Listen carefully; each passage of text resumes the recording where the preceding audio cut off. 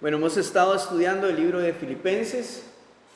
En este capítulo 3, por donde ya vamos, hemos estado viendo cómo Pablo está advirtiendo a la iglesia acerca de falsas doctrinas, falsos maestros, principalmente aquellos que se han estado infiltrando dentro de la iglesia con el fin de introducir costumbres y tradiciones antiguas del judaísmo, cosas del antiguo pacto.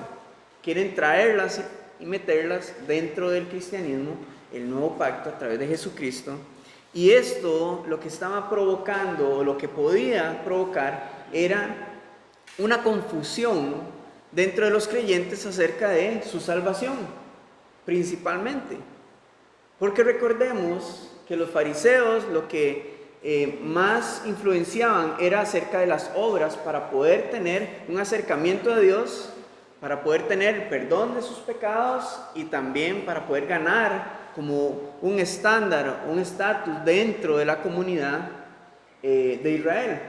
Entonces, esto estaba trayendo confusión sobre los creyentes, la iglesia en Filipenses, respecto a su fe, de que la salvación es por gracia y no por obras. Estos falsos hermanos estaban viviendo su fe adaptándola a su conveniencia. Adaptaban el evangelio a su propia conveniencia, a su propia interpretación. Entonces, Pablo ve la necesidad de exponerles y advertir a la iglesia de que tengan cuidado. En el versículo 2 del capítulo 3, voy a leerlo rápidamente, dice: guardaos de los perros, guardaos de los malos obreros, guardaos de los mutiladores del cuerpo. Vean que 3 veces en ese versículo, Pablo está insistiéndoles a la iglesia: guardaos. Y lo que quiere decir esta palabra es estar en alerta, alerta máxima. Entonces, estén alerta de estas personas. Cuando habla de los perros, se refería de los fariseos, y esta palabra se utiliza para poder describir su mente malvada y viciosa de pecado. No era que los estaba tratando de animales, sino que estaba describiendo lo que había en sus corazones y en sus mentes. Respecto a los malos obreros, es muy claro, es transparente el significado de aquellos que estaban tratando de utilizar el evangelio para sus propias causas. También, por último, habla de los mutiladores del cuerpo, y esto también habla acerca de los fariseos. Pablo se enfocaba sobre estas personas porque ellos se enfocaban y trataban de introducir al cristianismo la circuncisión. La circuncisión perdió efecto a través de Jesucristo, porque era un símbolo de pertenencia al pueblo que era el pueblo escogido de Dios, bueno, que es el pueblo escogido de Dios. Entonces, a todos los gentiles, los fariseos y los judaizantes andaban diciéndoles: ustedes, para que puedan verdaderamente estar completos en la salvación, tienen que ser circuncidados.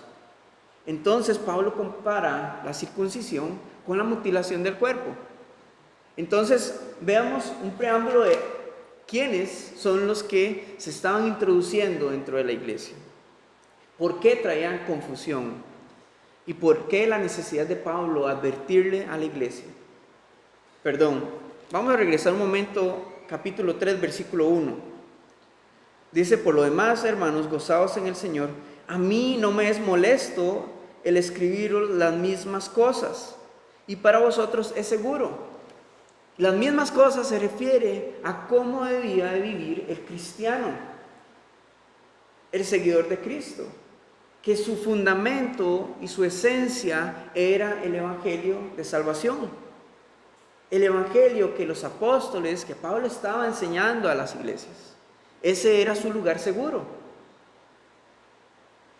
Y esto, si lo aplicamos a nuestra vida hoy, sigue en vigencia. Tenemos que estar atentos, recordando la verdad del evangelio constantemente. una y otra vez recordar y volver a la esencia y a la simpleza del Evangelio, que es lo que tiene poder en nuestra vida, para salvación, para justificación, para santificación y para que futuramente con el Señor nuestros cuerpos sean glorificados. Entonces, para nosotros podemos aplicar esto. La verdad del Evangelio es nuestro lugar seguro. Las Escrituras, la Biblia es nuestro lugar seguro. Lo que dice acá, pertenecemos a Cristo por gracia, no por méritos propios, por gracia. No hay nada en qué confiar en nuestra carne, nada, todo es pasajero. Y el corazón del hombre es engañoso también. Entonces, lo que usted piensa que tal vez es la voluntad de Dios, regrese un momento a su presencia y sopéselo con el Señor, para que el Espíritu Santo le guíe. Porque no tenemos en nada que confiar en nuestra carne, ni en los méritos que podamos lograr. También tenemos todo lo que necesitamos en Cristo. Todo lo que usted y yo necesitamos en nuestra vida cristiana está en Él, en nada más, solo en Él. Entonces vamos a leer nuestra sección de hoy, que va del versículo 7 al versículo 11. Filipenses 3, 7 al 11. Dice así: pero cuántas cosas eran para mí ganancia, las he estimado como pérdida por amor de Cristo. Y ciertamente aún estimo todas las cosas como pérdida, por la excelencia del conocimiento de Cristo Jesús, mi Señor, por amor del cual lo he perdido todo y lo tengo por basura, para ganar a Cristo y ser hallado en Él, no teniendo mi propia justicia, que es por la ley, sino la que es por la fe de Cristo, la justicia que es de Dios por la fe, a fin de conocerle y el poder de su resurrección y la participación de sus padecimientos, llegando a ser semejante a Él en su muerte, si en alguna manera llegase a la resurrección de entre los muertos.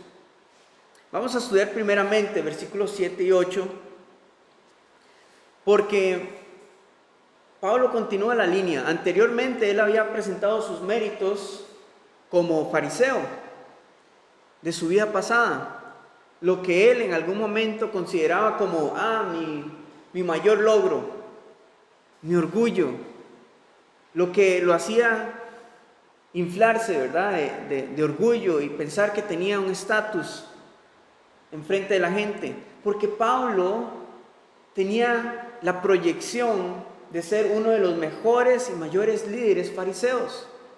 Y él habla a Timoteo, en el libro de Timoteo, acerca de esto, diciéndole: yo era mejor y mayor en conocimiento que mis antepasados, que mis contemporáneos. Entonces él comienza en el 7 a decir: pero cuántas cosas yo tenía por ganancia, cuántas cosas yo les daba tanto valor, ahora comparado a lo que he venido a conocer, a mi Señor, esto no vale nada, no tiene ningún valor. Lo que él pensaba, cuando él pensaba que hacía el bien, defendiendo su fe y su convicción, para agradar a Dios, para ganar favor, para ganar salvación, se dio cuenta que era pérdida, que estaba perdiendo tiempo valioso de su vida, y que ahora ha venido a conocer la verdad de Jesucristo, pero no por lo que él conocía de las Escrituras, de las profecías, sino porque el Señor abrió su entendimiento y lo hizo ver quién era Él, que Él era el verdadero camino a seguir. Él pensaba que todas estas cosas eran su mayor logro porque lo beneficiaban a Él, porque le daban gloria a Él, pero no le estaban dando gloria a Dios, porque toda la gloria que va para Dios la tenemos a través de Cristo, o la damos a través de Cristo. Entonces, podemos ver que el amor de Dios no tiene comparación, no puede ser medido. Podemos contemplarlo, podemos palparlo de alguna manera a través de la historia, con el pueblo de Israel, con los diferentes personajes bíblicos. Pero la mayor muestra que tenemos de amor, del amor de Dios, es Jesucristo, su Hijo, la obra de la cruz, que nos redime de todo pecado y nos da salvación eterna. Entonces, Pablo acá está reconociendo que su vida anterior no tiene ningún valor comparado al conocer a Cristo. Y que el conocer a Cristo lo ha llevado a experimentar en su propia vida el amor. Lo ha llevado a experimentar en su propia vida la bondad del Señor. Porque un asesino, perseguidor de la iglesia, que no escatimaba para, quien favoreció la muerte de Esteban. O sea, él fue una persona atroz en su tiempo, pero él lo hizo por ignorancia, porque estaba cegado por la religiosidad, y Cristo no había sido revelado en su vida. Entonces, su testimonio es poderoso, porque podemos ver la transformación y la manera en la que Dios lo usó para cambiar esto. Él fue de extremo a extremo, de buscar su propio beneficio a dejarlo todo para buscar los beneficios de Cristo.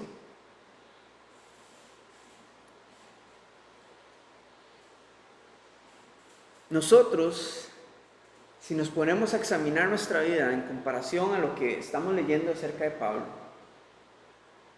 verdaderamente nuestro mayor logro es Jesucristo. O es más, ¿dónde pensamos que tenemos nuestros mayores logros? ¿En dónde está nuestra esperanza? ¿Estamos viviendo en ignorancia en algún área de nuestra vida? ¿Estamos pensando que estamos caminando en la voluntad de Dios, pero en realidad no lo hemos consultado a Él? ¿En dónde estamos? ¿Está trayendo mayor gloria a lo que usted hace? ¿Está trayendo mayor gloria a usted que a Cristo? Y esto no estamos hablando acerca de gloria a Dios por todas las cosas que hacemos, porque se ha convertido como en un adorno. Gloria a Dios es hacer su voluntad conforme a su corazón. Eso es darle gloria a Dios, sin tan siquiera usted decirlo. Entonces podemos examinar nuestra vida y decir: Señor, ¿qué estamos haciendo que no sea tu voluntad? ¿De qué manera podemos darte gloria? Y les aseguro que el Señor los va a guiar, así como guió a Pablo a enseñar y a predicar su evangelio en todo lugar, a pesar de las circunstancias que se topó de frente. Y recordemos incluso que él ahorita está en la cárcel escribiendo esto. El versículo 8, en la primera parte, dice Pablo: y ciertamente aún estimo todas las cosas como pérdida. Y esto es importante, porque vemos que Pablo no se arrepiente de haberlo dejado todo. Él insiste a decir: aún lo estimo como pérdida. No fue que en el camino he pensado en que, ¿por qué dejé de hacer esto? ¿O por qué me despojé de mi posición? Tal vez hubiera funcionado si hubiera venido al cristianismo y continué en mi posición. Él no dudó en absoluto. Lo entregó todo. Y años después de haber pasado persecuciones, violencia, azotes, etc., aún no se arrepiente, aún lo estima como pérdida. ¿Por qué? Continúa diciendo: por la excelencia del conocimiento de Cristo Jesús, mi Señor. Y esto nos habla acerca del valor supremo que tiene Cristo en su vida. Y cuando él dice en la segunda parte, por amor del cual lo he perdido todo, y lo tengo todo por basura para ganar a Cristo. Aquí es donde él no encuentra comparación. El amor de Cristo, lo que Él ha hecho en mi vida, no tiene comparación con lo que yo como fariseo podía haber hecho. Porque esto está transformando no solamente su vida, sino que está transformando naciones. Recordemos que esta iglesia de Filipenses es la primera iglesia en Europa. Y la manera en la que Pablo estaba siendo utilizado para extender el reino de Dios en estos pueblos que no creían en un Dios verdadero. Cuando él dice esto, que todo lo tiene por basura, básicamente él está diciendo todo lo que este mundo me pudo haber dado, la justicia que buscaba en mi propia opinión, yo lo tengo por basura. No se compara con los tesoros eternos e invaluables que puedo encontrar en mi Señor. Cuando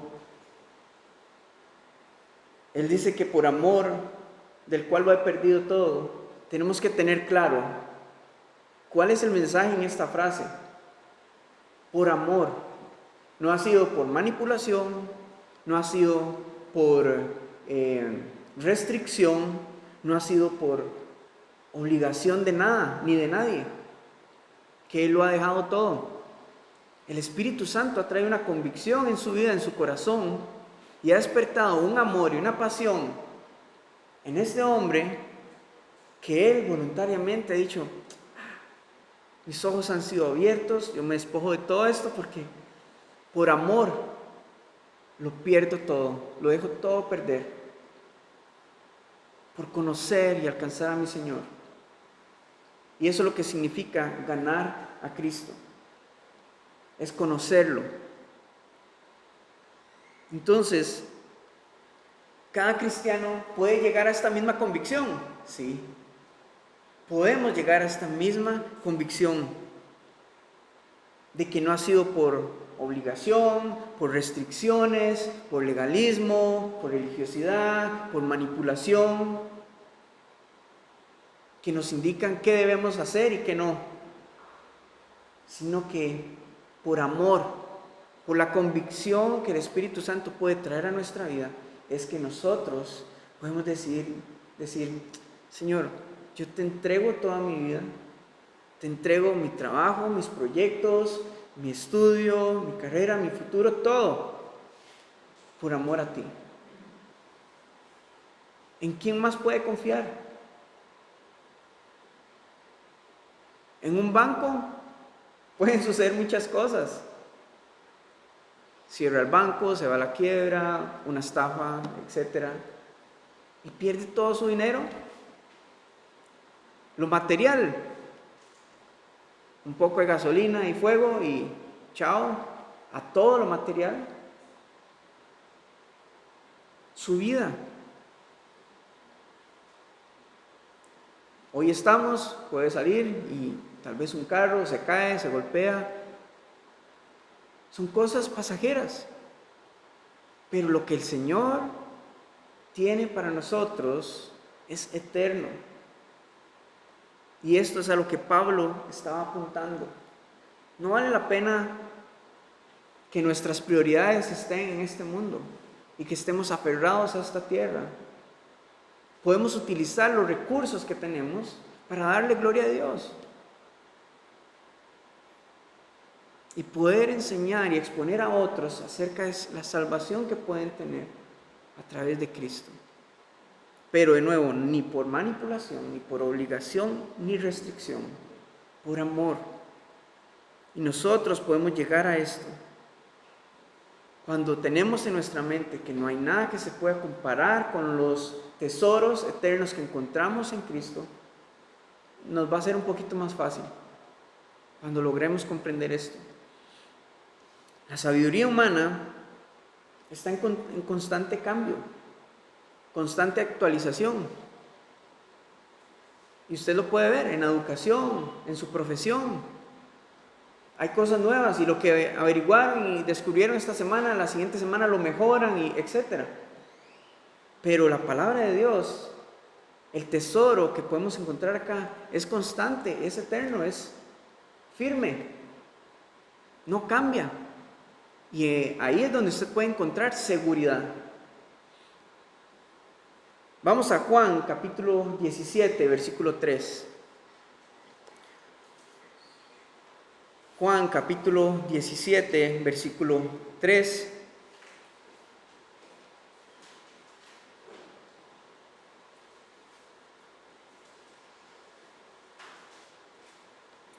Dice así: y la vida eterna consiste en que te conozcan a ti, el único Dios verdadero, y a Jesucristo, a quien tú has enviado. Y Pablo estaba comprendiendo esto muy claro. Su enfoque era dejarlo todo para conocer a Cristo, cada vez más y más y más. Porque, dígame si no es sencillo, la vida eterna es igual a conocer a Dios y a Jesucristo. ¿Cómo? A través de su palabra, teniendo tiempo de intimidad con Él, teniendo una vida de oración. No, es muy complicado. No hay ningún sesgo que nos haga interpretar una cosa o la otra. Es acerca de conocer a nuestro Dios y a Jesucristo. Cuando Pablo dice en Filipenses, lo tengo todo por basura, literalmente lo que significa en su contexto original es que todo lo tengo por estiércol. Para usar una palabra más adecuada, todo lo tengo por estiércol. ¿Y qué significa esto? Bueno, usted sabe que el estiércol son los desechos del cuerpo, lo que no necesita, y que si se retiene puede dañar su organismo, puede causar enfermedad, puede causar mal olor. Entonces, podemos ver cuál es la idea de Pablo. Todo lo que yo había alcanzado es un estorbo, me enferma, me daña mi comunión con Cristo. ¿Cómo podemos aplicarlo a nuestra vida? ¿Qué cosas están estorbando su crecimiento espiritual? ¿Qué cosas están impidiendo que usted pueda conocer a Dios, a su Señor? Eso te puede enfermar, te puede estancar y no te va a permitir crecer espiritualmente y madurar. ¿Y saben qué es lo mejor de todo? Que cada cristiano ha sido alcanzado para ser un instrumento habilitado para ser usado por Dios. Pero mientras retengamos estas cosas, Él no puede hacerlo, porque Él es un caballero. No nos manipula, ni nos empuja, ni nos exige. Simplemente nos dice: si usted quiere ser usado por mí, tiene que encontrar la motivación, y esa motivación es conocer mi amor. Y cuando llegue ese momento, entonces yo voy a usarte. Amén. Entonces, la exhortación y el ánimo es bien claro. El Señor quiere que nos despojemos de muchas cosas, voluntariamente. Y despojarnos no es que las tiramos a la basura o qué, es el orden de prioridades que tenemos en nuestra vida. Ahora, en versículo 9, vemos una de las metas de Pablo: ser hallado en Él, no teniendo mi propia justicia, que es por la ley, sino la que es por la fe de Cristo, la justicia que es de Dios por la fe. Cuando habla ser hallado por Él, lo que quiere decir es llegar a ser uno con Él. Siguiendo la línea, Pablo quiere despojarse de todo para llegar a ser uno con Cristo. Para llegar y conocer tanto a su Señor que usted no vea la diferencia. ¿Quién es Pablo? ¿Quién es Jesús? No, vas a ver a Jesús a través de Pablo. De igual manera con nuestras vidas. Que la gente no sepa, usted es tal persona o... Porque es que, ¿qué es lo que usted tiene diferente? Es Jesús. Esa es la meta, llegar a ser uno con Él. Pablo quiere llegar a ser uno con Cristo por medio de la justicia de Dios, no en sus propias fuerzas. Eso es lo que dice, no por la ley, sino por la fe que Dios da. Entonces, no quiere ser uno con el Señor a través de la justicia que aprendió de los fariseos, sino a través de la justicia que Dios da. Y esta es la justificación por medio de la fe en Cristo. Y pongamos atención en esta parte porque vamos a responder preguntas que probablemente el cristiano tenga, que no tenga muy claro del por qué la necesidad de la palabra de Dios. Vamos a ir a Efesios capítulo 2, versículo 8 y 9. Efesios 2, 8 y 9.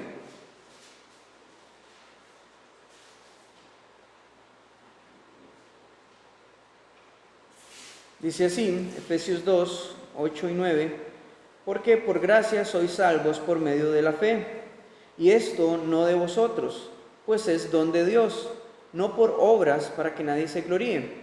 Entonces, no es por obras para que nadie se gloríe, pero la clave está en el versículo 8. Porque es por gracia que sois salvos por medio de la fe. Por medio de la fe. Pero esto no lo produce el hombre, sino que es algo que Dios da. Y entonces, ¿cómo vamos a llegar a la fe si no puedo producirla por mí mismo? Lo hermoso de la palabra de Dios es que ella contesta estas preguntas. Vamos a ir a Romanos 10, versículo 17. Ya sabemos que es por gracia, no por obras. Solo Dios puede otorgar este privilegio al hombre de creer en Jesucristo, y esto nos incluye a usted y a mí. Y esta es la advertencia que también Él está hablando a los filipenses. Es por la fe, no por su justicia, es por la justicia de Dios que es a través de la fe. Pero entonces, ¿cómo funciona esto de la fe? Romanos 10, versículo 17 dice, así que la fe es por el oír, y el oír por la palabra de Dios. Vemos dos cosas acá. La fe viene no por las palabras persuasivas que podamos hablar, que podamos compartir con otra persona. No viene por el conocimiento religioso, como Pablo, cuando era fariseo. No viene por mensajes emocionalistas que hagan que la emoción del hombre llegue a tal punto que piense que está creyendo, pero cuando pasa la efervescencia se da cuenta que continúa en incredulidad. Entonces dice que es solo por la palabra de Dios. No hay nada más que tengamos que enseñar o que predicar, que testificar en nuestra vida. La palabra de Dios. Porque, y este es el segundo punto, respecto a este versículo, cuando predicamos la palabra de Dios, cuando la aplicamos en nuestra vida y exponemos a otros a la palabra de Dios, entonces el Espíritu Santo es quien trae convicción acerca de lo que está escuchando la persona. Y entonces florece en su corazón la fe del arrepentimiento, la fe en Jesucristo. Y veamos de nuevo, no es por obligación, no es por presión, es porque sencillamente el Señor actúa de esta manera. Entonces vemos la necesidad, podemos comprender la necesidad que tenemos de que se predique la palabra de Dios y no otra cosa. Vemos la necesidad de por qué testificar a través de nuestra vida la palabra de Dios. Porque la meta del Señor es que nadie se pierda, que todos tengan salvación. Entonces Pablo reconoce que nada en su conocimiento como fariseo lo trajo a la convicción, porque él buscaba la vida entre la ley, pero no se da cuenta que en realidad a quien estaba buscando estaba frente a él, y era Jesús. ¿Qué es la vida? Entonces, todo esto lo está dirigiendo a la iglesia de Filipenses. Pero la palabra es tan viva y tan eficaz que hoy nos está hablando a nosotros para examinar nuestra vida individualmente y corporalmente. ¿Qué estamos hablando? ¿Qué estamos enseñando? ¿De qué nos estamos despojando? ¿Queremos llegar a ser uno verdaderamente con Cristo? No que nuestro entorno vaya a cambiar y vaya a ser transformado, pero la transformación comienza de aquí adentro y luego comienza a multiplicarse en otros, porque somos luces radiantes en este mundo. Recordemos que nuestro único propósito o nuestra tarea, como creyentes es conocer a Dios, conocer a su Hijo, por medio de la intimidad con Él, por medio de su palabra. Y por último, versículos 10 y 11. Filipenses 3, versículos 10 y 11. Aquí vamos a encontrar el propósito por el cual Pablo quiere hacer todo esto. Despojarse, llegar por medio de la fe a la unión con Cristo, conocerle más. ¿Para qué? A fin de conocerle y el poder de su resurrección y la participación de sus padecimientos, llegando a ser semejante a él en su muerte, y en alguna manera llegase a la resurrección de entre los muertos. Cuando él habla acerca de, con el fin de conocerle, esto implica experimentar en su vida lo que ha conocido de Cristo y cómo poder aplicarlo. Entonces, no es solamente el conocer a Jesucristo, sino conocer el poder, dice en versículo 10, conocer el poder de su resurrección.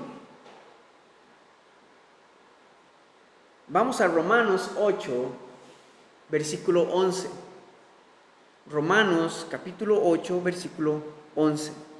Para ver, no que yo se lo diga, sino que usted pueda leerlo, ¿a qué se está refiriendo Pablo con el conocer a Cristo y conocer el poder de su resurrección?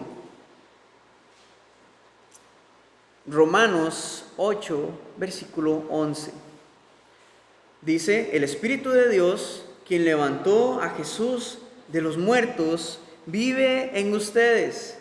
Y así como Dios levantó a Cristo Jesús de los muertos, Él dará vida a sus cuerpos mortales mediante el mismo Espíritu, quien vive en ustedes. Entonces Pablo está diciendo, yo quiero conocer esta relación del Espíritu que estuvo en Cristo. Ahora, wow, está en mí, está en usted. Usted puede experimentar este poder del Espíritu Santo en su vida, porque el mismo Espíritu que levantó a Jesucristo de entre los muertos está en usted. Y esto es algo muy grande, porque usted puede experimentarlo y usted puede aplicar esto en su vida, al igual que Pablo. Esto es lo que él tiene en mente. Este es el propósito por el cual Él quiere conocer más a Cristo y experimentar más el poder del Espíritu en su vida. Implicativamente, esto va a llevar a que que Pablo sea uno con Cristo, que nosotros seamos uno con Él, porque es su mismo Espíritu en nosotros, para poder conocer su voluntad, para poder conocer y que seamos guiados a su verdad. En la segunda parte del versículo 10, la participación de sus padecimientos, llegando a ser semejante a Él en su muerte. Vamos a ver cómo desgranamos esto para poder digerirlo. Cuando menciona que Él desea participar y tener comunión en sus padecimientos, es porque Él quiere ser parte de la obra redentora de Dios en este mundo. Él quiere ser parte, Él quiere participar en esto y acercarse a la semejanza de Cristo en su muerte. Y no está diciendo que Él va a ser crucificado o que su vida es salvadora o no. Vamos a ver, ¿por qué fue crucificado Cristo? ¿Por qué fue perseguido? Por hablar la verdad, anunciar las buenas nuevas de salvación y por darle esperanza a los perdidos. Por esto fue que Él trastornó el mundo y por eso querían crucificarlo. Entonces, a esto Pablo se refiere, que no que su vida fuera salvadora, pero sí podía guiar a otros hacia la salvación. Y esta era la manera en la que Él quería participar y ser semejante a Cristo en su muerte, por los propósitos por los cuales Cristo murió.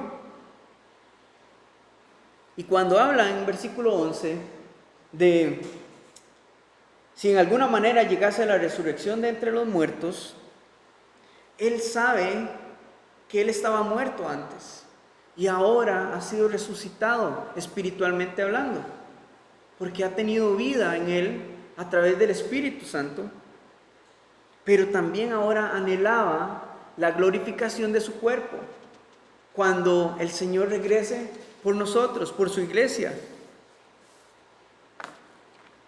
Vamos a ir a 1 Tesalonicenses capítulo 4, versículos 16 y 17.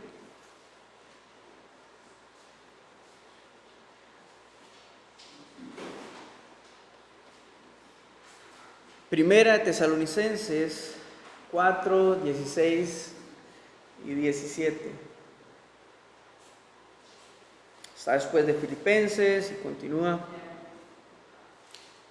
hasta llegar a Primera de Tesalonicenses 4, 16 y 17. Dice así: porque el Señor mismo, con voz de mando, con voz de arcángel y con trompeta de Dios, descenderá del cielo, y los muertos en Cristo resucitarán primero.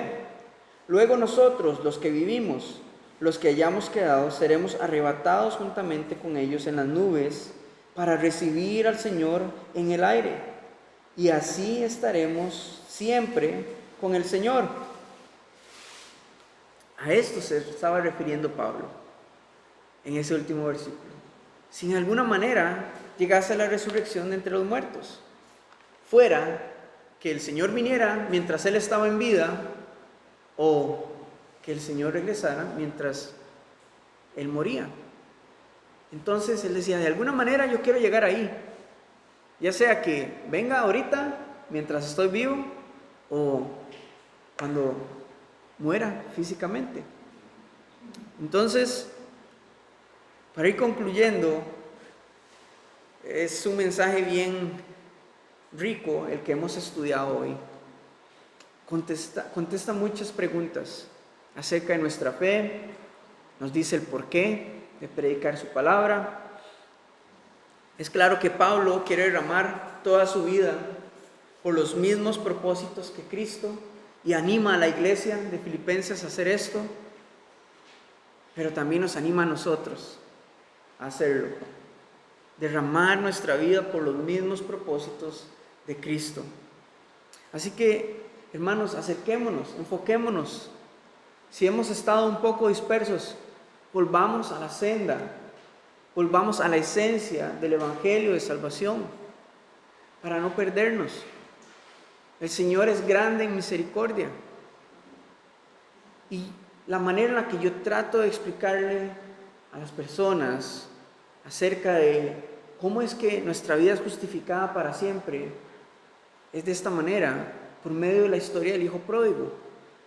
Este hombre toma su herencia, va y hace y deshace, y cuando está en la perdición completa y no hay esperanza para él, se acuerda de que en la casa de su padre había comida, había sustento, y él apuntó a lo mínimo.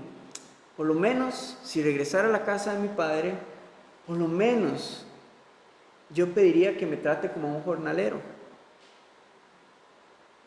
Pero para su sorpresa, es que la misericordia y el amor del Padre era tan grande que le dio lo mejor que tenía a su hijo para celebrar su regreso. Pero él nunca perdió su identidad como hijo. Pero el Padre siempre estuvo atento a su regreso. Entonces, hermanos, si hemos estado un poco dispersos, hoy es tiempo de regresar a la casa de nuestro Señor, de enfocarnos nuevamente, despojarnos de todo aquello que no tiene ningún valor en comparación con los tesoros eternos que tenemos en nuestro Señor, y derramarlo todo por los mismos propósitos de Cristo.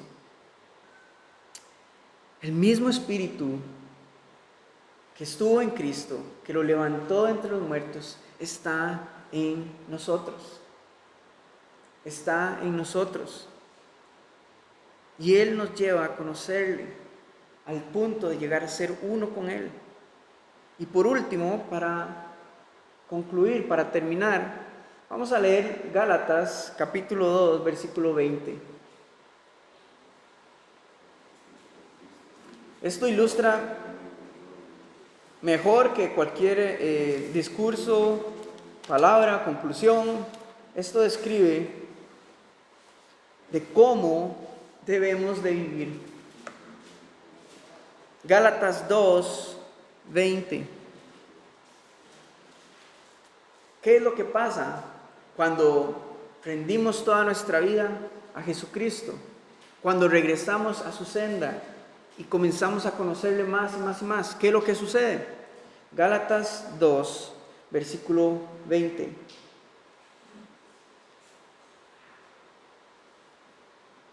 Con Cristo estoy juntamente crucificado.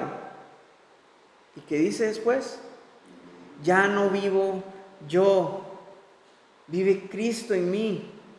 Y lo que ahora vivo en la carne, lo vivo en la fe del Hijo de Dios, el cual me amó y se entregó a sí mismo por mí. ¿Qué es lo que pasa con el creyente? Ya no es usted, ahora es Cristo en usted. Y esto es lo que Pablo transmite a la iglesia. Ya no soy yo, ya no es mi pasado, ahora es Cristo en mí. Y todo lo que estoy viviendo es en Él.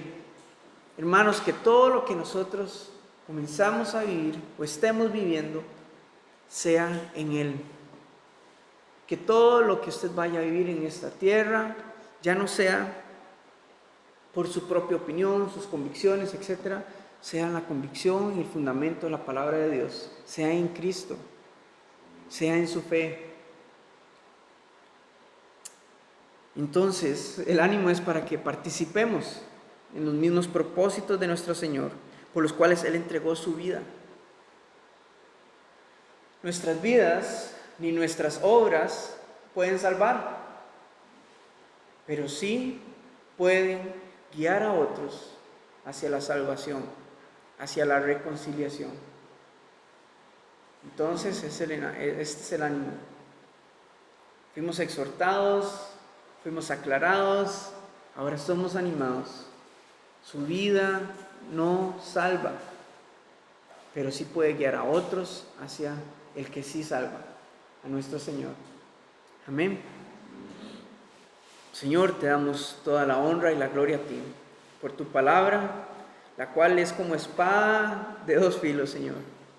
que penetra a lo profundo de nuestra alma, de nuestro corazón, a tal punto, Señor, de que trae convicción a nuestra vida y que destruye cualquier concepto, idea errónea, sentimiento, pensamiento que vaya contrario a tu verdad.